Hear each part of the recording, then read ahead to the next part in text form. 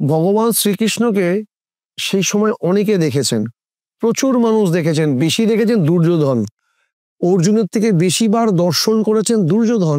আমরা সবসময় আমাকে ভগবান দেখা দিলে আমার এই হয়ে যেত, আমাকে ভগবান কৃপা করলে আমার এই হতো, ভগবান দেখা দিলে আপনারও কাজ করা হতো, আমারও কাজ করা হতো। কিচ্ছু হতো না, কিছু হয় না। ভগবান দেখা দিলে, ভগবান দেখা দিলে কি হবে? আপনি ভগবান বোঝেন নাকি? আমি ভগবান বুঝি নাকি? ভগবানটা কি?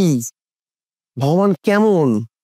ভগবানকে যেই ফটোতে আপনি রাখছেন ঠিক ভগবান কি ওই রকম নাকি? ভগবান তো একটা ভাব, ভাবের প্রকাশ। আপনার ভাব কেমন? ভাবের প্রকাশ কেমন? আপনি কতটা বোঝেন? আপনি নিজেকে বোঝেন? আমি নিজেকে বুঝি। যে নিজেকে চিনতে না পারে সে ভগবানকে চিনবে কি করে? যে নরেন্দ্রনাথ দত্ত, যে তরুণ ইয়াং ব্লাড ছুটে বেড়াচ্ছে জানার জন্য কে আমি, এই জানাই তো তাকে ভগবানের দিকে পাঠিয়েছিলেন। আমার কি সেই খিদে আছে? নরেন্দ্রনাথের কিন্তু সেই খিদেটা ছিল। আমার কি সেই সমর্পণ আছে? নরেন্দ্রনাথের মধ্যে কি সমর্পণটা ছিল? পুরোপুরি সমর্পণ, পুরোপুরি ডিপেন্ড, একদম পুরোপুরি যাকে বলে ড্রাইভ দিয়ে দেওয়া। যেমন জলে আমরা ধাপ করে ডাব দিয়ে ডুবে যাই, একবারে ডুবে যাওয়া। কিসে ডুবে যাওয়া? তার নামে ডুবে যাওয়া, তার কথাতে ডুবে যাওয়া, তার ভাবে ডুবে যাওয়া, তার চরিত্রে ডুবে যাওয়া, তার চলনে ডুবে যাওয়া। এই সমস্ত ডুবে যাওয়ার নামই হচ্ছে সমর্পণ। যেভাবে অর্জুন সমর্পণ করেছিলেন শ্রীকৃষ্ণকে। আর কেউ সমর্পণ করেনি। কেউ কারোর ব্যক্তিগত ধর্ম নিয়ে নাচছে, কেউ কারোর প্রতিজ্ঞা নিয়ে নাচছে, কেউ কারোর বন্ধুত্বের পূরণ নিয়ে নাচছে কুরুক্ষেত্রের যুদ্ধে। কিন্তু সেখানে দাঁড়িয়ে একমাত্র অর্জুন সমর্পণ করতে পেরেছিলেন। তাই সবাই শ্রীকৃষ্ণের রূপ দেখেছে, বিশ্বরূপ দেখেছে একজনই। ঠিক একইভাবে সবাই রামকৃষ্ণকে দেখেছেন, কিন্তু রামকৃষ্ণের সমস্ত বহির্প্রকাশগুলো বিবেকানন্দের মধ্যে ছিল।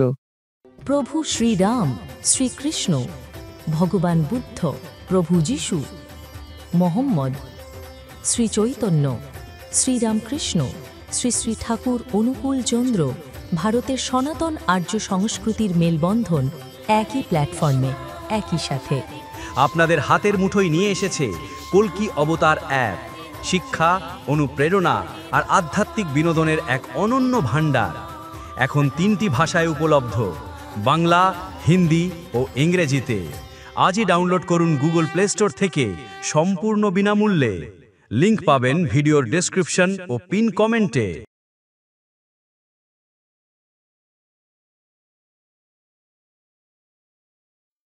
তুমি লতার স্বভাব অবলম্বন করো আর আদর্শরূপ বৃক্ষকে জড়িয়ে ধরো, সিদ্ধকাম হবে। শ্রী ঠাকুরের সত্যানুসরণের একটি বাণীর অংশ। এদিকে আমি যেভাবে ব্যক্ত করার কথা ভাবছি, সেটি বললে একটু কন্ট্রোভার্সি তৈরি হতে পারে, মনের মধ্যে দ্বিধাবিভক্ত হতে পারে।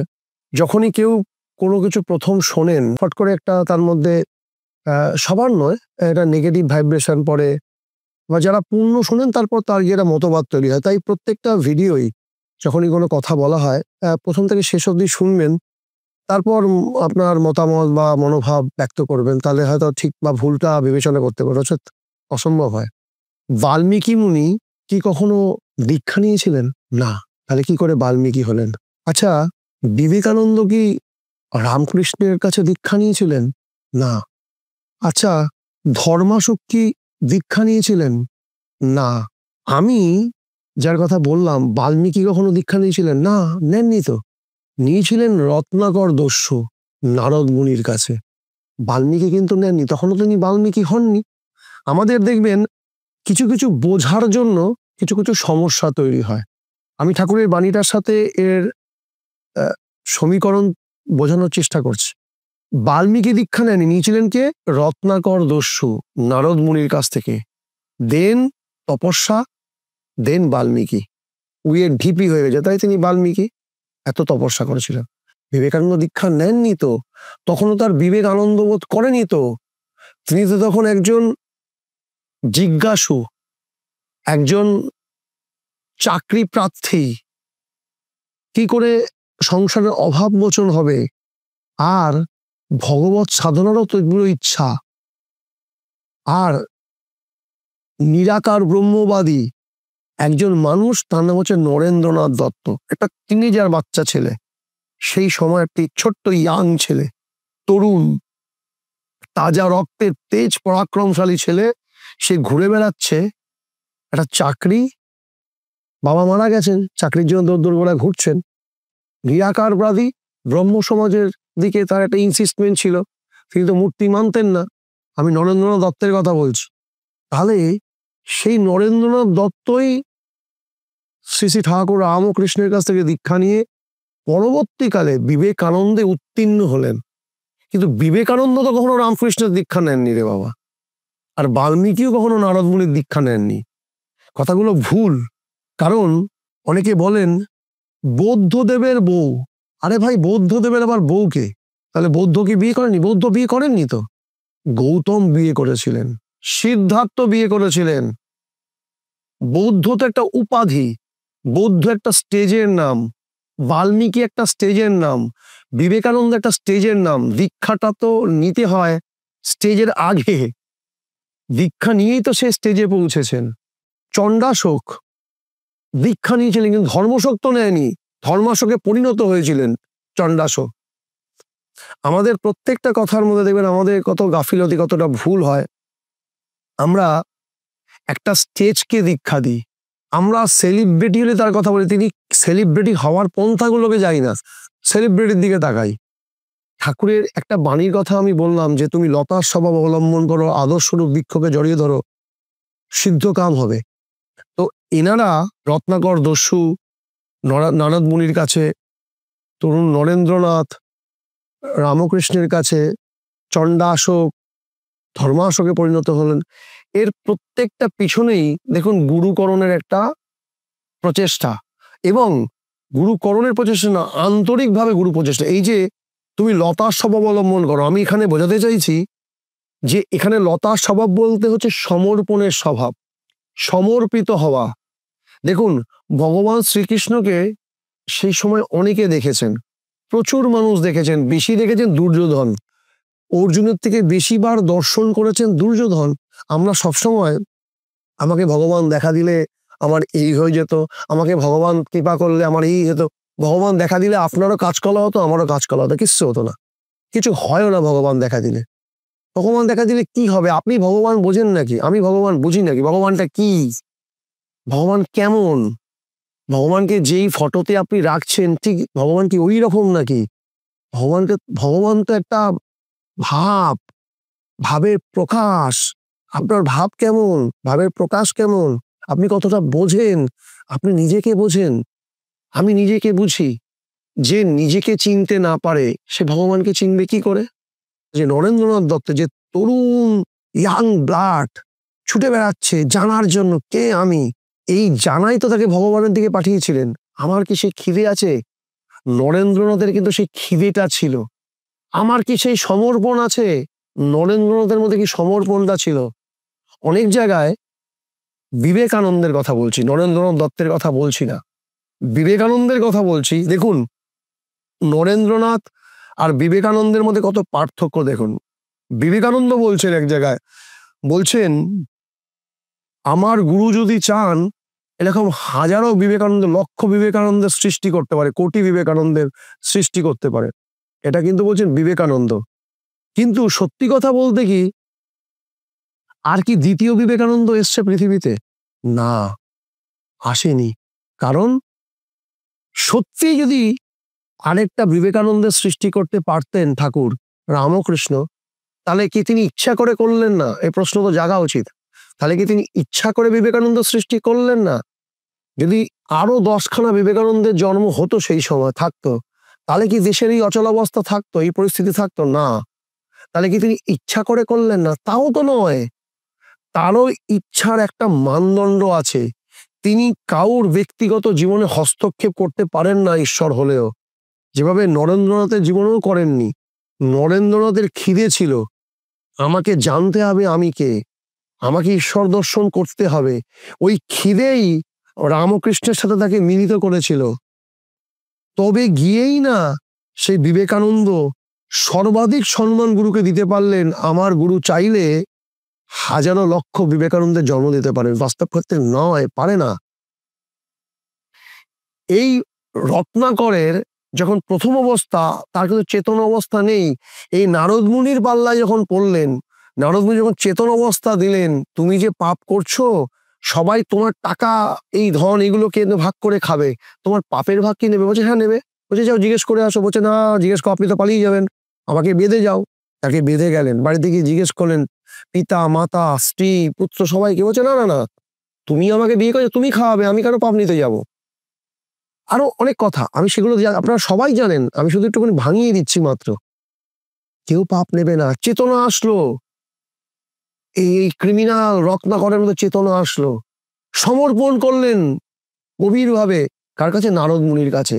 আর সমর্পণ করলেন শুধু না, এত আত্মসমর্পণ করলেন নিজেকে যে তার উয়ের ঢিপি হয়ে গেল, সে টেরও পেল না তপস্যা করতে গেলে। তবেই না সেই বাল্মীকি হলো। এই চণ্ডাশোক তপস্যা করেই না ধর্মাশোক হলেন। উনি যাদের কথা বলছি, বিবেকানন্দ, বাল্মীকি, ধর্মাশোক, এগুলো সব স্টেজের নাম। একটা স্টেজে গিয়ে, যেভাবে আমি বললাম, বৌদ্ধ বিয়ে করেননি, কিন্তু সিদ্ধার্থ বিয়ে করেছেন। কেন বললাম? কারণ যখন বৌদ্ধ মানে সিদ্ধার্থ বৌদ্ধে রূপান্তরিত হয়ে নিজের জায়গায় কপিলাবস্তুর এখানে এসছেন, তখন সেই সিদ্ধার্থ মানে বৌদ্ধরই যে রিফর্ম, সিদ্ধার্থের রিফর্ম তো বৌদ্ধ ভাবের অবস্থানের নাম। যে মানুষরূপী সিদ্ধার্থের বডিটা রয়েছে, সেই বডির কাছে এসে তার স্ত্রী তাকে জিজ্ঞেস করছেন যে আপনাকে কে অধিকার দিয়েছিল আমার জীবনটাকে নষ্ট করার জন্য? তার পুত্রের নাম রাহুল। বলছিল এই ছেলেটি কে অধিকার দিয়েছিল ছেলেটার জীবন নষ্ট করার জন্য? তুমি যার বিরুদ্ধে আঙ্গুল তুলছো, বা তোমার যে দোষী তিনি হচ্ছেন সিদ্ধার্থ, আর তুমি এখন যাকে দেখছো সে হচ্ছে বৌদ্ধ। দুজনের শরীর এক হলেও দুজনের আত্মার বহির্প্রকাশ আলাদা। তার মানে বুঝুন, রত্নাকর, নরেন্দ্রনাথ দত্ত বা সিদ্ধার্থ, এনাদের প্রত্যেকেরই শরীরটা এক, কিন্তু দুজনের আত্মার বহিঃপ্রকাশ আলাদা হয়। যেমন দেখবেন, আপনি এখন এখানে রয়েছেন, রৌদ্রে পুড়ছেন, আপনারা আমাকে আগে দেখেছেন অনেক কয়েক 2 বছর 3 বছর আগে আমার শারীরিক অবস্থান বা আমার দাড়ি টাড়ি রাখার একটু কম দাড়ি ছিল, একটু গ্ল্যামার, একটু পরিষ্কার, আরো বেশি দেখেছেন। তো এখন দেখছি আমার অনেক বড় দাড়ি হয়ে গেছে। আমি আর ওই মানুষটি কি আলাদা নাকি? না, আমিও যা ওই সময় যে ভিডিও করেছে সেও একই মানুষ, কিন্তু দুজনের মধ্যে একটা পার্থক্য তৈরি তো কিছু একটা আছে। তাহলে দুম করে এত বড় দাড়ি রেখেছে, আমি কি এমন কি হয়ে গেছে? আমি কি হিমালয়ে গেছি নাকি? না, শরীর একই রকম থাকলেও মন এবং ভাবের পার্থক্য অনুযায়ী আত্মার বহিঃপ্রকাশ ঘটতে থাকে। নরেন্দ্রনাথ, রত্নাকর এরা দীক্ষা নিয়েছিলেন, কিন্তু বিবেকানন্দ বা বাল্মীকি দীক্ষা নেননি। তারা লতার স্বভাব অবলম্বন করতে পেরেছে। লতার স্বভাব মানে হচ্ছে বিনম্রতা। লতা মানে হচ্ছে বিনম্র। লতা কিভাবে? একদম জড়িয়ে পেঁচিয়ে, লতাকে কোনো রুটলি ভাবে উঠতে পারে না, কাউকে এরকম পেঁচিয়ে পেঁচিয়ে পেঁচিয়ে পেঁচিয়ে পেঁচিয়ে মানে কি? পুরোপুরি সমর্পণ, পুরোপুরি ডিপেন্ড, একদম পুরোপুরি যাকে বলে ড্রাইভ দিয়ে দেওয়া। যেমন জলে আমরা ধাপ করে ডাব দিয়ে ডুবে যাই, একবারে ডুবে যাওয়া। কিসে ডুবে যাওয়া?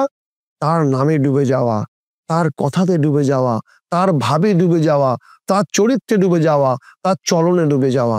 এই সমস্ত ডুবে যাওয়ার নামই হচ্ছে সমর্পণ। যেভাবে অর্জুন সমর্পণ করেছিলেন শ্রীকৃষ্ণকে। আর কেউ সমর্পণ করেনি। কেউ কারোর ব্যক্তিগত ধর্ম নিয়ে নাচছে, কেউ কারোর প্রতিজ্ঞা নিয়ে নাচছে, কেউ কারোর বন্ধুত্বের পূরণ নিয়ে নাচছে কুরুক্ষেত্রের যুদ্ধে, কিন্তু সেখানে দাঁড়িয়ে একমাত্র অর্জুন সমর্পণ করতে পেরেছিলেন। তাই সবাই শ্রীকৃষ্ণের রূপ দেখেছে, বিশ্বরূপ দেখেছে একজনই। ঠিক একইভাবে সবাই রামকৃষ্ণকে দেখেছেন, কিন্তু রামকৃষ্ণের সমস্ত বহির্প্রকাশগুলো বিবেকানন্দের মধ্যে ছিল। নারদ মুনিকেও দেখেছে, কিন্তু নারদ মুনির সেই অন্তরস্থ শক্তিগুলো রত্নাকরের মধ্যে ঢুকে বাল্মীকিতে রূপান্তরিত হয়েছিল। ঠিক একইভাবে ভগবানকে দেখাটা কোনো ব্যাপার নয়, দেখে কি লাভ হবে? তার বিশ্বরূপ দেখার দরকার। বিশ্বরূপ মানে কি? আমার পূর্ব স্মৃতিকে জাগ্রত করা। যেভাবে আমাদের যারা ঠাকুর অনুকূলচন্দ্র আশ্রিত, আমরা যেভাবে সস্তায়নী ব্রত করি, আমরা যে পূর্ব স্মৃতিকে আহ্বানের কথা বলি, এই বিশ্বরূপ মানে পূর্ব স্মৃতিকে জাগরিত করা, আর কিছুই না। বিশ্বরূপ মানে 10টা মাথা, মুখে আগুন লেগে যাচ্ছে যেমন টিভিতে থেকে, এরকম নয়। বিশ্বরূপ মানে পুনর্জীবিত হওয়া, পূর্ব স্মৃতিকে জাগরিত করা, রিজুমিনেট হওয়া। মানে ডেড সেল যেমন নষ্ট হয়ে গিয়ে নতুন সেল ওঠে, কোষের উদ্ভিন্ন হয় সেভাবে আমি পুনর্জীবিত হয়েছি। আমার অখণ্ডকে জানা, এই খণ্ডিত আমি, এই অখণ্ড আমিকে জানার নামই হচ্ছে বিশ্বরূপ দর্শন। মানে এই যে আমি দেবাশিস, এই আমি আমার সেলফ, আমি দেবাশিস, এই আমি অনেকের মধ্যেই আছি। এই ক্যামেরায় আমি, এই মোবাইলে আমি, এই পেনে আমি, এই আমিটাই এখন আমার মধ্যে ওই ভাবটা নেই। পেনটা ভেঙে গেলে আমার আর লাগছে না, মশাটা মরে গেলে আমার আর অনুভব হচ্ছে না। তার মানে ওই সবার মধ্যে যে আমি ছিলাম, অখণ্ড আমি, সেই খণ্ডিত আমি হয়ে কোনো একটা জায়গায় জন্ম নিয়ে একটা একাকিত্ব আমি হয়ে গেছে। এই আমিটাই খণ্ডিত করে রেখেছে আমাকে। যখনই আমি অখণ্ড আমিকে জানতে পারবো, তখনই সেই অবস্থার নাম হয়ে যাবে সেই বিশ্বরূপ দর্শনের মতন। তখন আমার ঈশ্বরকে সর্বত্র দর্শন হবে, সর্বদিকে দর্শন হবে। বিশ্বরূপ দর্শন হয়েছিল মানে তিনি কোনো জায়গায় তাকে ব্যতীত কাউকে আর দেখতে পাচ্ছিলেন না, পুরো বিশ্বব্যাপী তো তাকে দেখছিলেন তিনি। তাই সর্বভূতে আত্মবোধ হয়েছিল অর্জুনের সেই সময়। তাই সেটা হয় কখন? যখন আমরা আত্মসমর্পণ করতে পারি। আত্মসমর্পণ করলেই অর্জন হয়ে ওঠে, আর অর্জন হয়ে গেলেই তখনই আমি অর্জুন হয়ে যাই। যখনই বিবেকের আনন্দ হয় তখনই আমি বিবেকানন্দ হয়ে যাই। প্রত্যেকের যেই নামগুলো বললাম এরা কিন্তু সবই, এগুলো কিন্তু উপাধির নাম। বিবেকানন্দ তো নাম নয়, এটা উপাধি। নাম তো তার নরেন্দ্রনাথ দত্ত। এই লতা স্বভাব অবলম্বন মানে হচ্ছে আপনাকে সমর্পণ করা। আদর্শরূপ বৃক্ষকে জড়িয়ে ধরে সিদ্ধ কাম হবে, মানে আদর্শরূপ বৃক্ষের উপর সমর্পণ করা। এই সমর্পণের নামই হচ্ছে লতার স্বভাব অবলম্বন করার মতন। যে সমর্পণ করে ওই আদর্শরূপ বৃক্ষকে জড়াতে পারে, সমর্পণ মানেই জড়িয়ে ধরা। আর জড়াতে না পারা মানে সমর্পণ হলো না। যেমন বিবেকানন্দ করতে পেরেছিলেন। তৃষ্ণায় বুক ফেরে যাচ্ছে, গুরুর কথা মাথায় আসছেন। এই যে বাল্মীকির উইয়ে ঢিপি হয়ে যাচ্ছে কিন্তু তপস্যা ছাড়ছেন। এই যে সমর্পণ করা বলেছেন আমাকে করতে হবে, এই সমর্পণের নাম হলেই কিন্তু সিদ্ধ কাম হবে, মানে আপনিও সিদ্ধ হয়ে উঠবেন। তাই আপনারা প্রত্যেককেই যদি পারেন, কিছুই করতে হবে না, সমর্পণ করার অভ্যাস করুন। সমর্পণ তো ইজি ব্যাপার তাও নয়, কিন্তু সমর্পণ করা যে খুব ইজি চ্যাপ্টার তা নয়। অনেক রকম ট্র্যাজেডি আসবে, অনেক রকম সমস্যা আসবে, অনেক রকম প্রতিকূলতা আসবে। হয়তো জীবনের এমন এমন সময় আসতে পারে যে সময় মনে দূর বেটা এত ভালো কাজ করো, এত কিছু পাই, ভগবান কিছু নেই, এরকম অনেক কিছু হতে পারে। কিন্তু জানবেন তিনিই সত্য আর সব মিথ্যা। এগুলো জাস্ট লাইক এ অ্যাক্টিং, একটা প্ল্যাটফর্ম মাত্র আমি রয়েছি। এই অ্যাক্টিং প্ল্যাটফর্মে যত ভালো তুখোড় অভিনয় করতে পারো ততদিন টিকে থাকবেন। যখন অভিনয় করতে পারো প্যাক আপ হয়ে যাবে। যদি আপনাকে কোনো জায়গায় সিনেমায় চান্স দেওয়া হয়, যে সিনেমার যারা নায়ক আছে তাকে আপনাকে খুব দেখতে সুন্দর বা দেখতে সুন্দরী, আপনাকে চান্স দেওয়া, যদি আপনাকে মেকআপ তো যে কেউ করিয়ে দেবে, কিন্তু অভিনয়ের স্কিল তো আপনার কাছেই থাকবে। অভিনয়টা তো কেউ করিয়ে দিতে পারবে না। মেকআপ আপনাকে না কালোকে ফর্সা করে দেবে, নাকটা টিকলোকে লম্বা করে দেবে, বা আপনাকে পুরো চোখ মুখ আরো অ্যাট্রাকটিভ করে দেবে, ভীষণভাবে ভালো করে দেবে, কিন্তু অভিনয়টা কে করে দেবে? অভিনয় তো আপনাকেই করতে হবে।